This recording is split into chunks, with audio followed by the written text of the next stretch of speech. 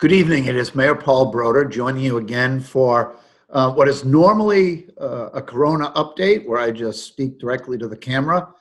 But today I want to explore a little bit more a topic that I've touched on once or twice along the way, and that is food insecurity, which has really been brought to the fore as we've gone through the pandemic, as we're going through the pandemic, and with the resulting economic damage to families.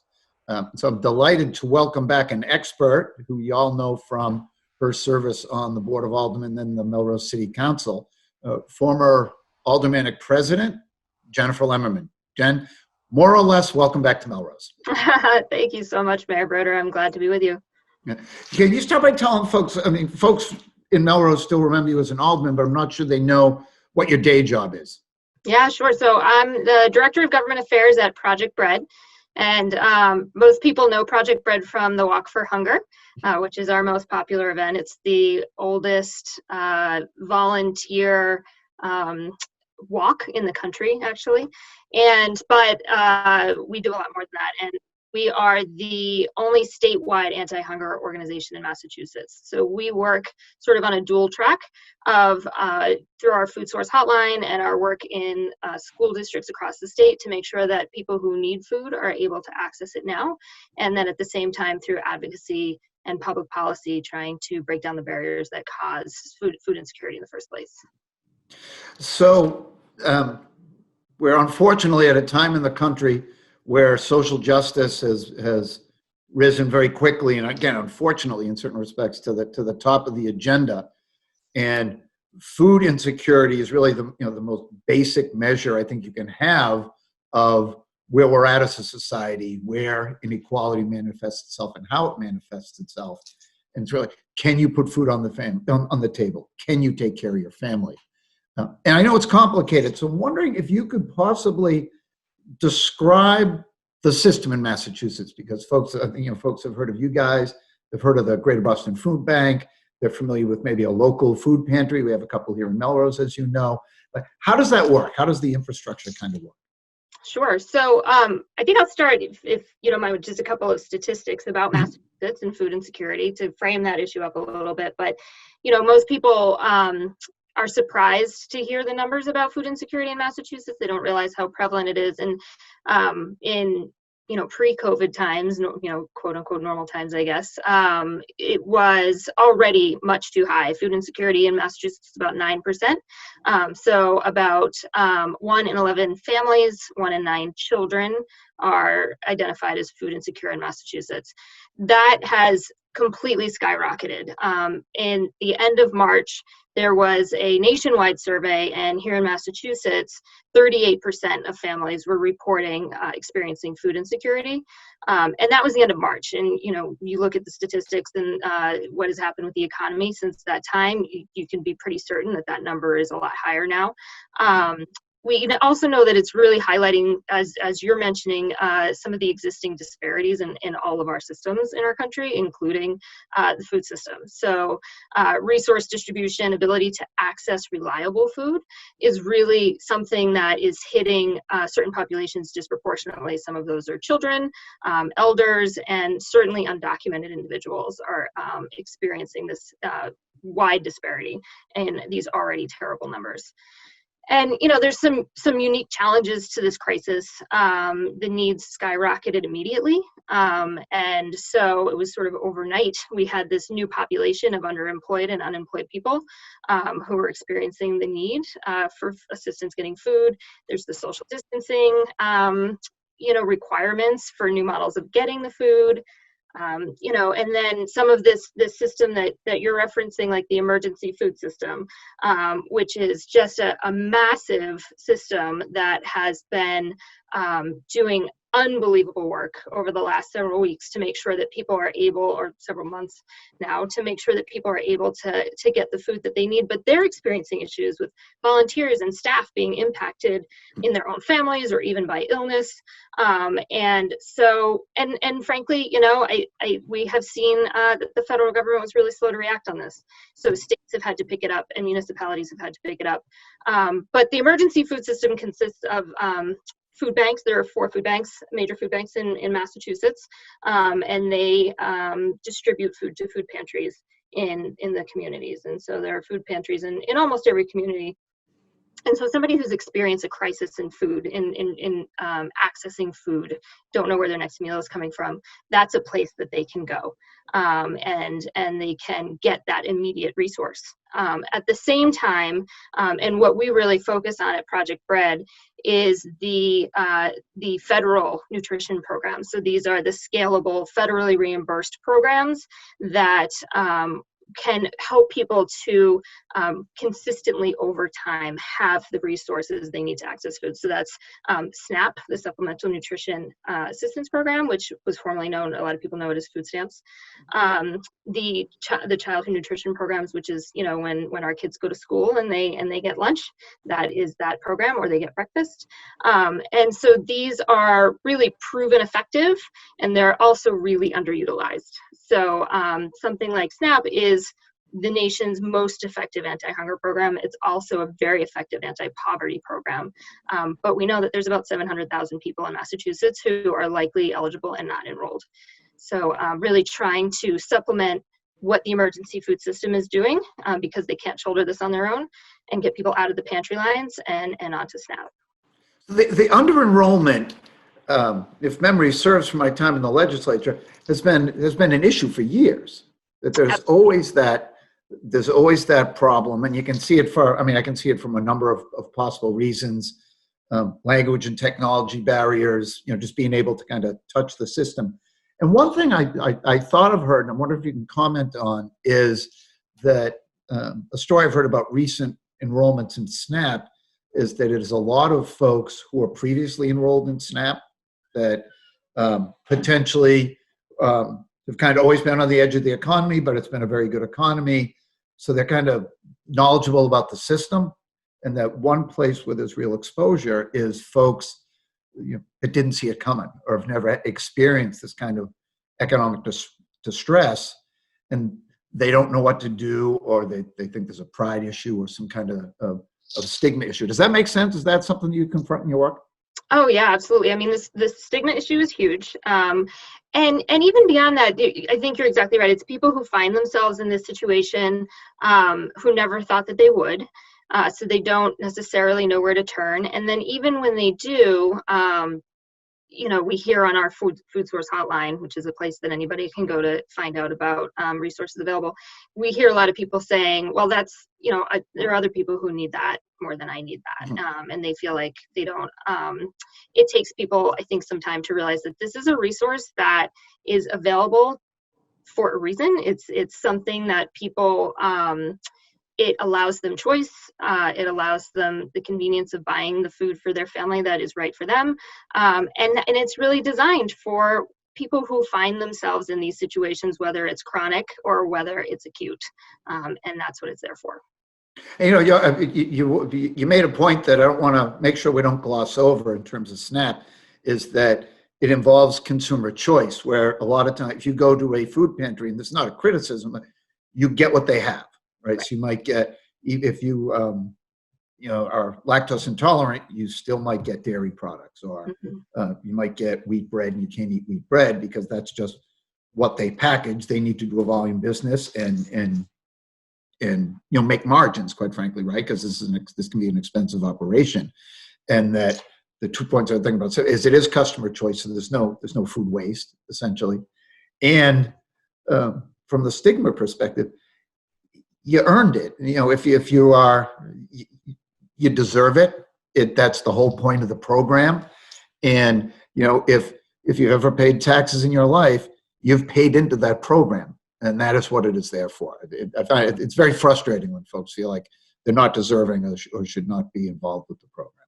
Right. And I think, you know, the more that we raise awareness about the issue of hunger and how prevalent it really is, when people realize that, you know, 1 in 11 of the homes on their very street could be experiencing food insecurity, It's one of the first things to go when somebody experiences, you know, an economic hardship and they have to choose between their prescriptions or their electric bill or their food. Often they will restrict their food. If they have children, they usually will make sure their children can eat, but they won't eat themselves if that's the choice that they have to make. And so I think it's when there are limited resources and things need to get prioritized, unfortunately, food is often one of the first things to go, and that's why we have these programs. Let's talk about the hotline for a minute, because I've never called it, I will say that, but it seems like an unbelievable resource in that the hours are great, the language coverage you have is great, and if I understand correctly, it is also something of a one-stop shopping platform, so that, you know, if you call to ask about food insecurity, they might say something like, by the way, you enrolled in Mass Health, or, you know, and do some other digging around where else the safety net can help folks out. Am I getting that right? Yeah, so the food source hotline, which is, you know, if people are watching and you want to get your pen, it's 800-648-8333, and it's 6 days a week, Monday through Saturday. As you mentioned, it's in multiple languages. We have a multilingual staff answering the phones, but then we also have a language line that can answer any calls in up to 160 languages. So really, anybody can give us a call. It's free and it's confidential, which is very important. You know, I know that we have lots of folks from the immigrant communities that are wary about certain government programs and what might you know, be available to them or not, and so it's very important that everyone know that it's completely confidential.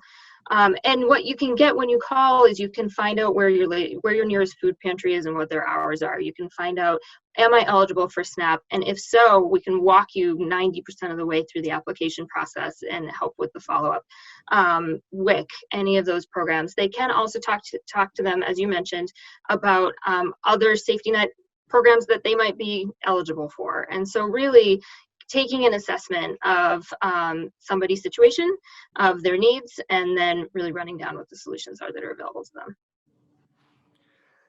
If for folks that you know, don't think they see it in the community, or even folks, what is the best way to learn more about your own community? What is the landscape of poverty, and particularly food insecurity? And just as important, what's the best way for, you know, the average resident to help if they have the means? Yeah. You know, I think one of the best ways to learn more about your own community is to go and volunteer. You know, find out what pantries are in your area. You know, find out about, right now there are school meal sites in almost every community that are feeding kids while they are home from school closures. They overnight lost access to this incredible resource in their schools where they get breakfast and lunch every day.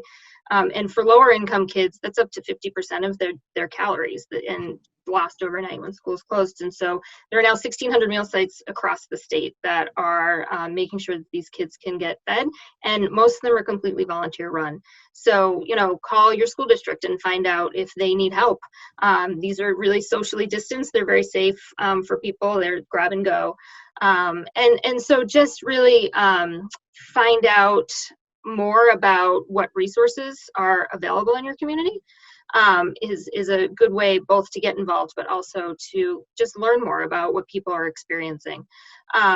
You know, another great way, and this is you know, sort of a shameless plug for me, which is that we have the Hunger Action Team, which is a grassroots group of people who this is an important issue to them, and so they sign up to be advocates with us, and you'll get lots of emails from me. Not lots of emails, I try to be judicious about how many emails I send them, but emails from me about what's going on at the state level, at the federal level, and opportunities to engage in that and weigh in. So that's another way if people are just looking for a way to get involved in the issue. And I mean, that's an important part of your job. You're ultimately funded by multiple sources, some federal, state government, grants, private donations, all that stuff. But there's also the policy side, right? These things they sometimes ebb and flow. Mm-hmm. as I understand it, there's a particular issue right now with some of the summer meals programs, or access to meals in the summer, might be a better way to say it. Can you tell us a little bit about that? Yeah, so as I mentioned, there's all of these meal sites right now, 1,600 of them, and there are lots of federal rules around how these meal sites are run. They're not normally run during the school year; they're normally run in the summer, as you mentioned, and they are only allowed to basically set up shop in geographic regions where there are a certain number of the kids are eligible for free and reduced price meals. We are coming into the summer, and the rules that allow these meal sites to operate everywhere as they are right now, because we know that the need is everywhere, those rules and the relaxation of those rules is about to expire. The people who are in charge of those decisions are at the USDA, and so our advocates right now are working really hard to make sure that the federal government understands what a loss in resources it would be if these meal sites were to close just because the school year ended. The demographics that are used to determine where these can set up are really old data. We know that we now have 38%, if not more, of the state is food insecure. These meal sites are critical, and even to lose, there are 270 communities that would lose at least one meal site. That is a massive loss of resources. So that's an example of a policy issue that we are really deploying our advocates on. We're working in partnership with the local and state, and actually federal now as well, elected officials, to weigh in with the administration on this. It seems it's essentially a regulatory fix or some policy making thing as opposed to a statutory change. So is it correct to say that your website is the best place to go for all this? I assume at your website you can learn about the hotline, you can donate, nothing wrong with donating. Yeah. And also, learn about issues and advocacy, information about, again, your own home community, and as well kind of how to plug into the organization, sign up, get the newsletter, whatever the case may be. Yeah, exactly. So projectbread.org is our website. If somebody's looking for a starting place, I'd recommend going to projectbread.org/COVID-19. And there we have all the resources for there have been several policies that have come into play to help people respond to this crisis. For example, pandemic EBT, which is I'm sure there are families in Melrose who are engaging with this program right now. This is meant for kids who normally would get a free or reduced price meal at school. They're going to get a card in the mail that has a monetary value on it, and the point of it is to allow them to go and purchase food in place of these meals. So you can find out about that. You can find out where your nearest meal site is. You can find out where your nearest food pantry is, and you can sign up to become an advocate. You can sign up for to be a walker in the Walk for Hunger, or even just to get our newsletter. I want to drill down just a little bit. The prepaid card that you just mentioned, is that something that you have to go through an application process for? Or are you already in the system and just get it? You're already, if your child is receiving a free or reduced price meal at school, you will get this benefit. And if the family is already enrolled in SNAP, it will just come onto their EBT card that they already have. And if it's a family that's not enrolled in SNAP, they will be getting a card in the mail. So that's a really important thing for people to know. It's an actual physical debit card, and there's some concern that people might think it's spam mail. They weren't expecting it and they get this thing in the mail, this card, but it has a monetary value on it that is designed to help families replace the lost school meals. And so make sure you hang on to it. That's particularly great to hear, because sometimes bureaucracy can be your enemy in these things, having to go through an application process, fill out a form, go to a window, whatever the case, particularly during COVID, where you need it to be as touchless and as seamless as possible. Some great work, that's some great advocacy work going on. Wondering is there anything else that you think we missed? Anything that we need to share? Any personal updates with the family would be delightful for some of our viewers, for sure. Well, the family's doing great. Excellent. We miss you all in Melrose very much. But I think most people at some point had seen or met Silas, but he's our youngest and he's doing well. He's 8 months now. And Eleanor, who, knows and loves many of you, is 3. And, we're all having a great time at home working and doing childcare. So we're doing great, but we do miss you all. And in terms of all of this, I would just say, please, anybody, reach out to me anytime whether you're, looking for resources for yourself or you're looking to get involved. It's Jennifer_Lemmerman at projectbread.org. I would love to work with anyone on these issues. We know it's only going to get worse. All indications are that the economy is on a long-term challenging path. And as we mentioned, food is one of the first sacrifices made. And so we want to make sure the resources are there. People, don't have to live with food insecurity. So feel free to reach out anytime. Well, it's terrific to see you again. I think I'm glad you're at least virtually be able to make it back to Melrose.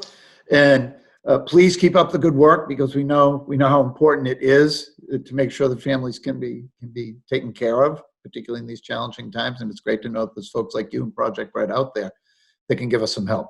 It's great to see you. You too. Thank you.